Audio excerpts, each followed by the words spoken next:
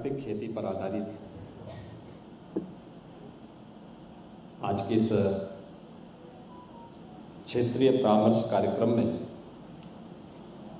मुख्य अतिथि के रूप में उपस्थित गुजरात के माननीय राज्यपाल आदरणीय आचार्य देवव्रत जी, भारत सरकार के कृषि एवं किसान कल्याण मंत्री माननीय शिवराज सिंह चौहान जी, प्रदेश सरकार में मंत्रिमंडल के मेरे वरिष्ठ सहयोगी कृषि मंत्री श्री सूर्य प्रताप शाही जी, कृषि राज्य मंत्री श्री बलदेव सिंह ओलख जी, कार्यकारी सभासद कृषि लद्दाख श्री स्टॉनजिन चॉसफेल, प्रदेश के मुख्य सचिव श्री मनोज कुमार सिंह जी, कृषि उत्पादन आयुक्त डॉक्टर देवेश चतुर्वेदी जी, संयुक्त सचिव कृषि एवं किसान कल्याण मंत्रालय भारत सरकार डॉक्टर योगिता राणा जी, मंच पर उपस्थित अन्य सभी उपस्थित महानुभाव, विभिन्न विश्वविद्यालयों के कृषि विश्वविद्यालयों के माननीय कुलपतिगण, कृषि विशेषज्ञगण, प्राकृतिक खेती में जिन अन्नदाता किसानों ने एक अच्छी शुरुआत की है, ऐसे सभी उपस्थित हमारे अन्नदाता किसान और अन्य उपस्थित बहनों और भाइयों,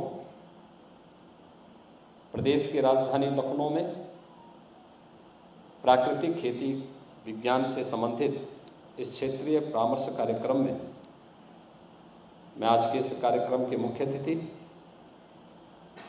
प्राकृतिक खेती के लिए जिन्होंने एक बड़े जन जागरण अभियान को अपने हाथों में लेकर के इसे सफलता की नई ऊंचाइयां प्रदान की हैं, ऐसे आचार्य देवव्रत जी का हृदय से मैं स्वागत करता हूं, अभिनंदन करता हूं। आचार्य जी ने भारत की ऋषि परंपरा को, जो धरती माता के प्रति हम सबके आग्रह को प्राचीन काल से, पौराणिक काल से ही हर भारतवासी को आग्रही बनाती रही है, उसका प्रतिनिधित्व करते हुए प्राकृतिक खेती के माध्यम से इस धरती माता को बचाने के एक संकल्प के साथ आगे बढ़े हैं। न केवल कुरुक्षेत्र में बल्कि हिमाचल प्रदेश और गुजरात आज आचार्य जी के इन कार्यक्रमों का उदाहरण बना हुआ है। इस अवसर पर मैं आप सबकी ओर से, प्रदेशवासियों की ओर से और देश के उज्जवल भविष्य के प्रति जो भी व्यक्ति आशा भरी निगाहों से आगे बढ़ता है, देखता है, उन सब की ओर से उनका हृदय से स्वागत और अभिनंदन करता हूं। आज यहां पर भारत सरकार के माननीय मंत्री कृषि एवं किसान कल्याण माननीय श्री शिवराज सिंह चौहान जी, भारत सरकार में मंत्री बनने के उपरांत आज उनका लखनऊ आगमन प्रथम बार हो पाया है। मैं सबसे पहले उनके आगमन के लिए उनका हृदय से स्वागत करता हूं, अभिनंदन करता हूं। मध्य प्रदेश जैसे राज्य में कृषि उत्पादन की दर को देश के अंदर सर्वाधिक करने का गौरव भी उन्हीं के हो जाता है। उन्होंने मध्य प्रदेश जैसे राज्य में वहां के किसानों के कल्याण के लिए जो अद्भुत कार्य किया था अपने मुख्यमंत्रित्व काल में, वो आज भी देश के अंदर उदाहरण है। और इसीलिए मध्य प्रदेश के उनके अनुभव और आज प्राकृतिक खेती के साथ, कृषि और किसान कल्याण के साथ साथ ग्रामीण विकास के एक अद्भुत मॉडल देश की जनता उनके अनुभव का लाभ लेकर के देखना चाहती है और इस दृष्टि से आज उनका मार्गदर्शन यहाँ पर आए हुए हमारे अन्नदाता किसानों को प्राप्त हुआ है। इस क्षेत्र के विशेषज्ञों के साथ इस संवाद के इस कार्यक्रम में मैं उनका हृदय से स्वागत करता हूं, अभिनंदन करता हूं। हम सब जानते हैं कि हरित क्रांति का लाभ अन्न उत्पादन करने में और उसकी उत्पादन क्षमता को बढ़ाने में प्राप्त हुआ, लेकिन ये अधूरा सच है। अगर आप 17वीं और 18वीं सदी के भारत के कुछ उन प्रांतों का, जिन्होंने अपने स्तर पर उन राज्यों में, उन क्षेत्रों में कार्य किया था, वहां की प्रकृति के द्वारा प्राकृतिक पद्धति से किए जाने वाली खेती के और उससे उत्पादन की उस दर को देखेंगे तो आपको लगेगा कि वास्तव में जो पिछले 100-150 वर्षों के अंदर देश को बढ़ाया गया तो उसमें कितना अंतर है। ऐसे बहुत सारे उदाहरण हैं आपके सामने और मैं चाहूंगा कि हमें इतिहास के उन पन्नों को पलटना ही पड़ेगा, क्योंकि जब धरती वास्तविक प्राकृतिक रूप में थी और उसमें समय के अनुरूप खेती किसानी के कार्यक्रम को आगे बढ़ाया गया तो देश के अंदर बहुत सारे क्षेत्र इसके उदाहरण हैं जहां पर हरित क्रांति के पहले उत्पादन खेती की ज्यादा थी। इसके बाद कुछ समय के बाद ठहराव आने के बाद जब उन क्षेत्रों में हरित क्रांति के बाद आधुनिक फर्टिलाइजर, केमिकल और पेस्टिसाइड का उपयोग होना प्रारंभ हुआ, कुछ समय के लिए हमें उत्पादन बढ़ता हुआ दिखाई तो दिया, लेकिन आज उसके दुष्प्रभावों से हम इस जीव सृष्टि को बचा पाने में बहुत कठिनाई महसूस कर रहे हैं। वो सीधे जहर के रूप में नहीं आ रहा है, लेकिन एक स्लो पॉइजन के रूप में वह हर व्यक्ति की धमनियों में घुसता जा रहा है। और ये केवल मनुष्य के लिए नहीं, अभी 2 वर्ष पहले की घटना है। उत्तर प्रदेश के अंदर हम लोग निराश्रित गो आश्रय स्थल संचालित करते हैं।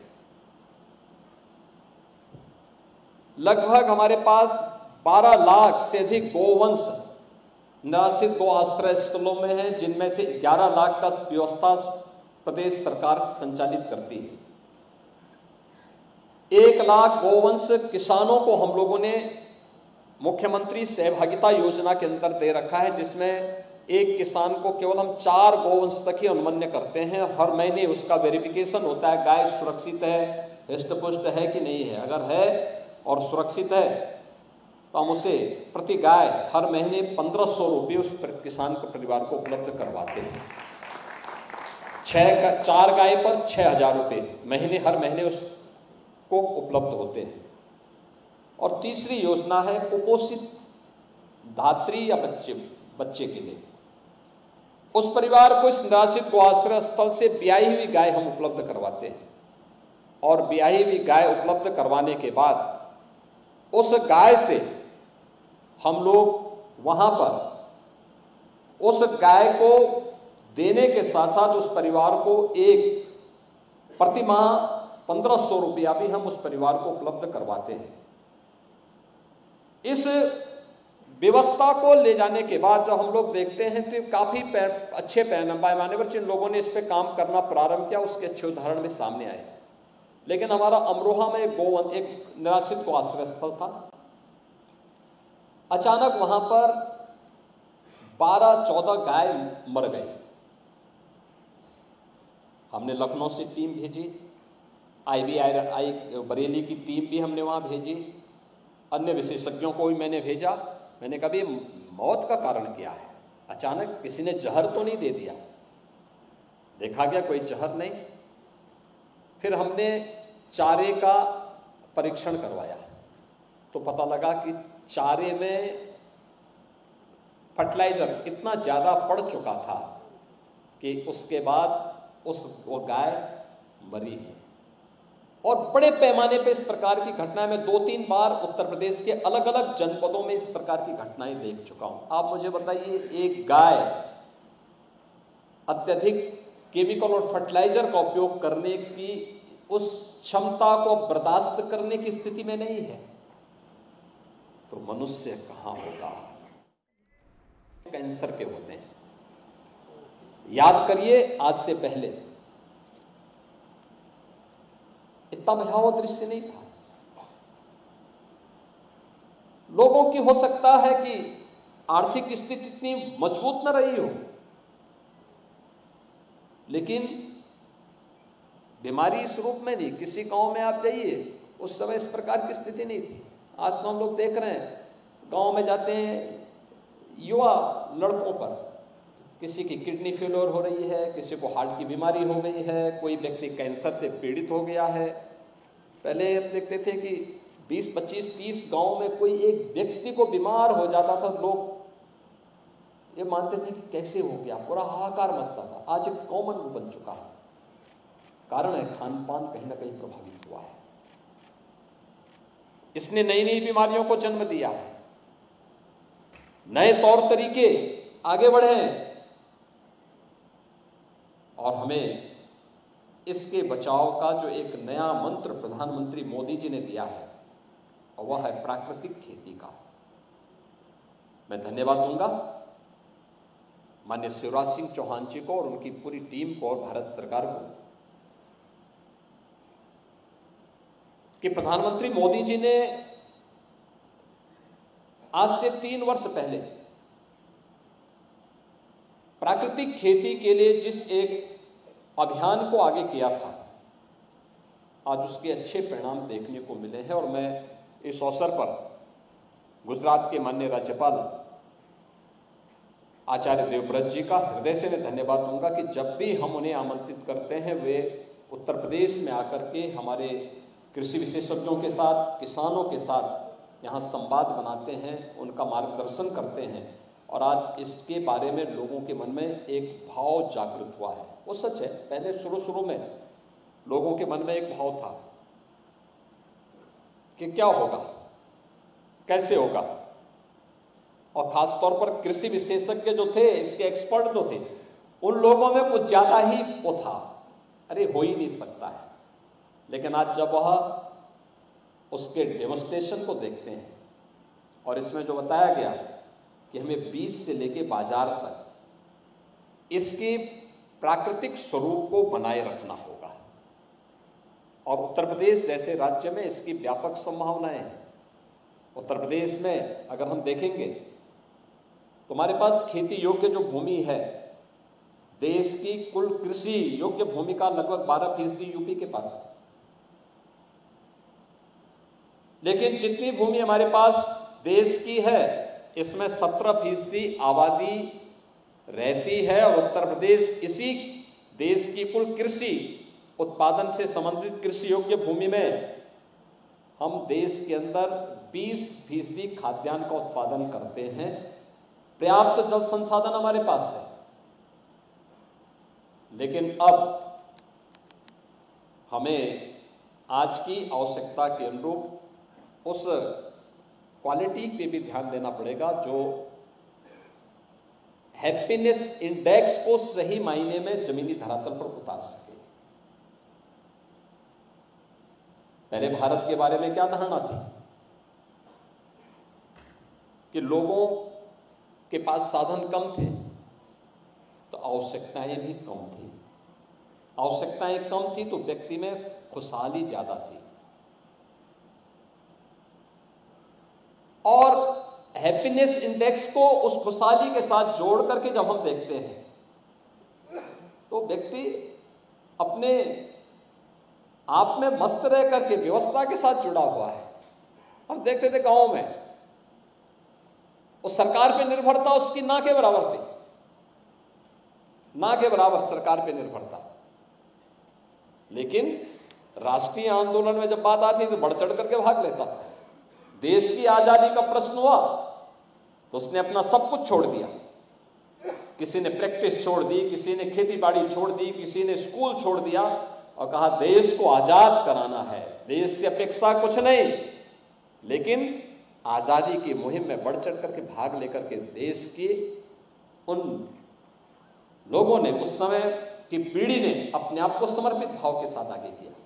आज हम चाहते हैं सब कुछ देश हमें दे, लेकिन हम देश के लिए कुछ नहीं कर पाएंगे। यह भाव मुझे लगता है हमें छोड़ना ही पड़ेगा और उस दृष्टि से आज का यह कार्यक्रम बहुत महत्वपूर्ण है कि आज की आवश्यकता है, उत्पादन भी बढ़ाना है, लेकिन साथ साथ वह जो व्यक्ति इसका उपयोग करे उसके लिए यह लाभदायक भी हो। इसमें हम लोगों को एक नए प्रयास को आगे बढ़ाना है। उत्तर प्रदेश सरकार ने इस दिशा में कार्य प्रारंभ किया है। हमारे पास उत्तर प्रदेश के अंदर 4 कृषि विश्वविद्यालय हैं। एक 5वां विश्वविद्यालय भी हमारा कृषि विश्वविद्यालय का बनने जा रहा है। हमारे पास 89 कृषि विज्ञान केंद्र भी हैं और 2 केंद्रीय कृषि विश्वविद्यालय उत्तर प्रदेश के अंदर संचालित हैं। इन सभी कृषि विश्वविद्यालयों के माध्यम से कृषि विज्ञान केंद्र और हर जनपद में मंडी समिति को भी हम लोगों ने कह रखा है कि प्राकृतिक खेती से जो भी प्रोडक्ट आता है, जो भी खाद्यान्न आता है, उसके सर्टिफिकेशन के कार्यक्रम को हम लोगों को आगे बढ़ाना है और बीज से इसकी शुरुआत होनी चाहिए और फिर जब वह बाजार तक पहुंचे तो उसको तत्काल सर्टिफिकेशन के साथ जोड़ करके अच्छा दाम मिले। उसके लिए हर मंडी में इसके लिए स्टोर बनाइए, वहाँ से इसका दाम मिले, इसका प्रचार प्रसार हो। और कुछ जगह हम लोगों ने प्रारंभ किया है। हम लोगों ने सभी 6 की 6 कृषि विश्वविद्यालयों से कह रखा है कि आप अपने यहाँ सर्टिफिकेशन की लैब्स इंप्रूव करिए, धनराशि स्टेट गवर्नमेंट आपको उपलब्ध कराएगा। और हम लोगों ने मंडी से उस धनराशि की व्यवस्था के लिए पहले से प्रावधान कर दिया। अभी वहाँ पे तो पहले से लैब्स हैं, उस लैब्स को उनको थोड़ा सा अपग्रेड कर देना है। और एक कार्यक्रम भी हम लोग प्रदेश के अंदर चला रहे हैं। अभी यहाँ पर आचार्य जी इस बात को कह रहे थे कुछ देर पहले, उन्होंने कहा कि हम लोगों ने गुजरात में एक विश्वविद्यालय को, कृषि विश्वविद्यालय को प्राकृतिक विश्वविद्यालय, प्राकृतिक खेती से संबंधित विश्वविद्यालय के रूप में विकसित किया है। इसमें एग्रीकल्चर का हो, हॉर्टिकल्चर का हो, वेजिटेबल का हो, इस सब का उत्पादन जो भी हो वह प्राकृतिक पद्धति से हो और इसके लिए प्रशिक्षण और इस पर शोध के कार्यक्रम को हम आगे बढ़ा सकें।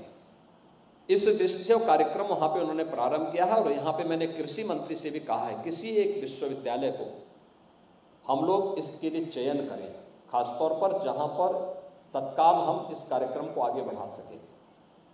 9 क्लाइमेटिक जोन यूपी के अंदर है। हर क्लाइमेटिक जोन में हम लोगों ने एक सेंटर ऑफ एक्सीलेंस, कृषि विज्ञान केंद्र को सेंटर ऑफ एक्सीलेंस के रूप में विकसित करने की कार्रवाई को आगे बढ़ाया है।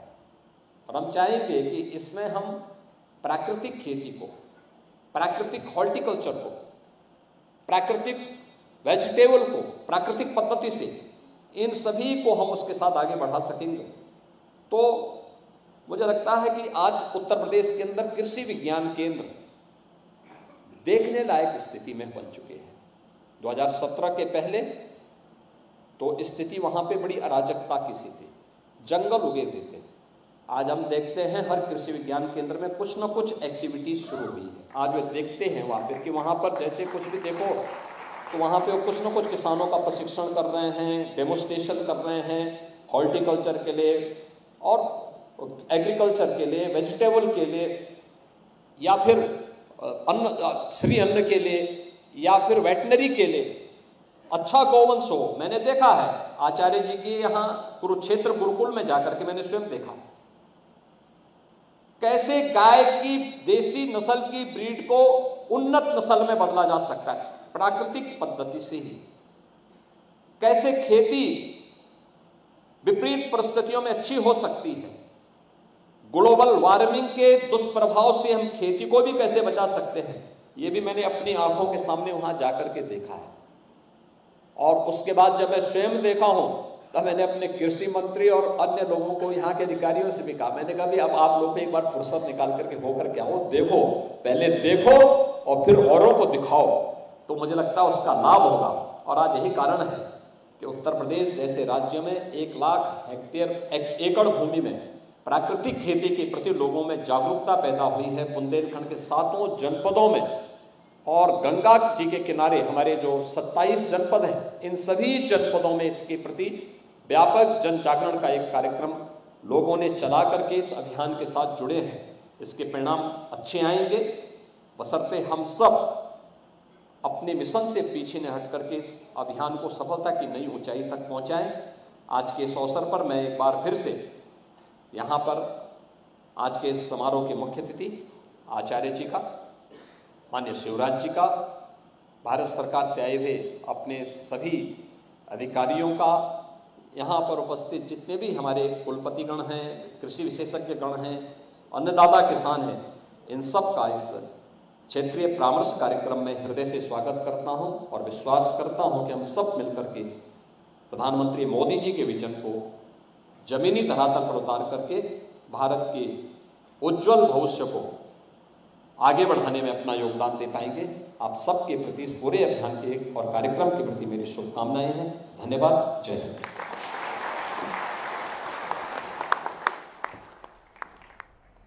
तो प्राकृतिक खेती को बढ़ावा देने के उद्देश्य से विशेष कार्यक्रम का आयोजन हुआ है, जिसमें सीएम योगी आदित्यनाथ को सुन रहे थे कि उन्होंने किस तरह से प्राकृतिक खेती पर बढ़ावा देने को लेकर जोर दिया है। वहीं इस खास कार्यक्रम में कृषि मंत्री शिवराज सिंह चौहान भी मौजूद रहे।